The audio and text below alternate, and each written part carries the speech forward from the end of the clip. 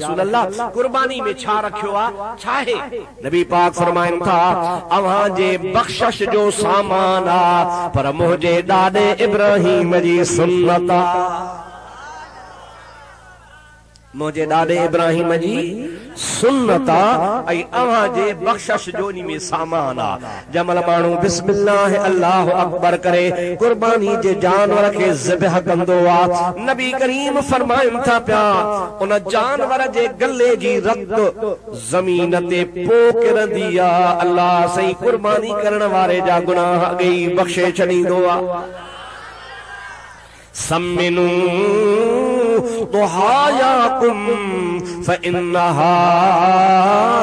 अला सिराते मतायाकुम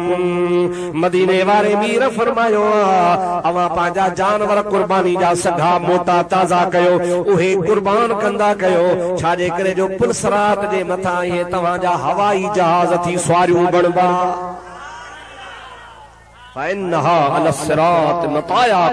ये तव्हां जो सवारी हूंदियूं इन सवारीअ ते चढ़ी तव्हां का पार वेंदो 3000 साल जो पंधा बा घणा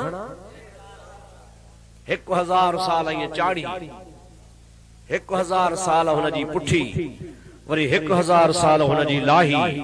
वार खां सनी तलवार खां तिखी मौलवी हिकड़े पे चयो मुंह जोड़ो वेठो अचे आखे मौलवी इएं खणी आख त दग हे ई कोन तलवार कनू होवे तिखी वल वाल कनू होवे सन्ही ऐं होवे बि वरी ऊंदा ई रात पिछे आख त दग हे ई कोन दग आहे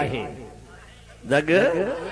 ऐं तोखे इहा बि मज़ेदार हिकिड़ी ॻाल्हि ॿुधायां जेके तव्हां जहिड़ा आशिक़े रसूल न चओ सुभान अल्लाह आशिक़े रसूल पक्का थियो लुंडा न थियो लुंडा न सॼा सॼा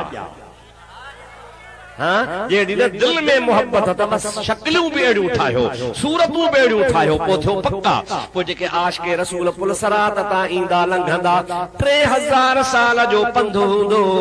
त हेठां दोज़ख दाह कंदो जुज़ या मोमिन इन नूरक युत्फी नारी ओ आशिक़े रसूल तो पैर रखियो आ तो में मुहम्मदी नूर जी झलक आ ओहा तुंहिंजे नूर वारी झलक मुंहिंजे दोज़ख जी बाहि खे विसाए थी तकड़ो तकड़ो लगे वल हुजूर करीम अलैहिस्सलाम फरमाइन था मुझे मोहब्बत वारा इश्क वारा आशिक़े रसूल जेके हुंदा उहे 3000 साल जे पंध पुलसरात तां इएं लंघंदा जीअं आसमान में विॼ खिड़ंदी आ ये रुगो चमको थी वेंदो उनी चमके वांगुर आशिक़ सिधो जन्नत में पहुंचो पर आशिक़ पक्को चो आशिक़ ॾाढे जो आशिक़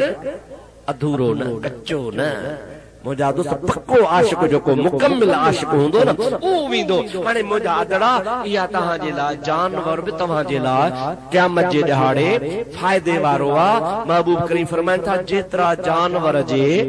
पुठीअ ते वार हूंदा ओतिरा दर्जा तव्हांजा बुलंद जंहिं ॾींहं खां तो जानवर घर में बीहारियो आहे त कुर्बानी कंदुसि उन जो गाह बि क़यामत में तोड़बो उनखे पाणी पीआरे थो उहो बि क़यामत में तोड़बो इहा त सवली ॻाल्हि आहे पर महबूब तां कुर्बान वञा उहो जानवर छेड़ा लाहे फोंगड़ियूं लाहे अल्लाह से फरमाए थो इहा बि क़यामत में तुंहिंजे अमलनि में तोड़बी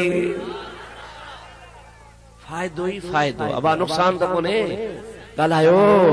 घाटो त कोन्हे न फ़ाइदो ई फ़ाइदो आहे इहे शयूं तव्हां ऐं वधीक सवाब इन्ही में आहे जो माण्हू 12 महीना उन जानवर खे पाले भला जे 12 महीना नथो करे त 6 माही अॻे हुनखे बीहारे छॾे पर भला जे 6 महीना बि नथो बीहारे सघंदा हफ़्तो महीनो त अॻु में नाले करे छॾे त सवाब थिएसि वरी असां वरी छा कंदासीं उहो ढगो जेको वहाए 20 वंडियूं वहंदो हाणे अलाह ते थोरो तक कयोसि कुर्बानी ईअं न सम्मिनू दुहायाकुम जानवर जेको जानवर हुजे कुर्बानी जो सगो सोणो मतारो खूबसूरत हुजे अल्लाह से फरमाईंदो लन तनालुल बिर्र हत्ता तुनफिकू मिम्मा तुहिब्बून अवां खे नेकी तॾहिं मिलंदी जॾहिं अल्लाह जे राह में प्यारी शइ कुर्बान कयो, वणंदड़ शइ कुर्बान कयो। जंहिंखे तव्हां खे वणण वारी शइ प्यारी शइ हुजे उहा कुर्बान कदो त रब करीम जी ज़ात बाबरकात तव्हां खे नेकी नसीब फरमाईंदो, बुज़ुर्गी नसीब फरमाईंदो। मुंहिंजे महबूब पाक जा उम्मतियो, ही अल्लाह पाक जी ज़ात बाबरकात जे रहमतुनि वारो महीनो आहे।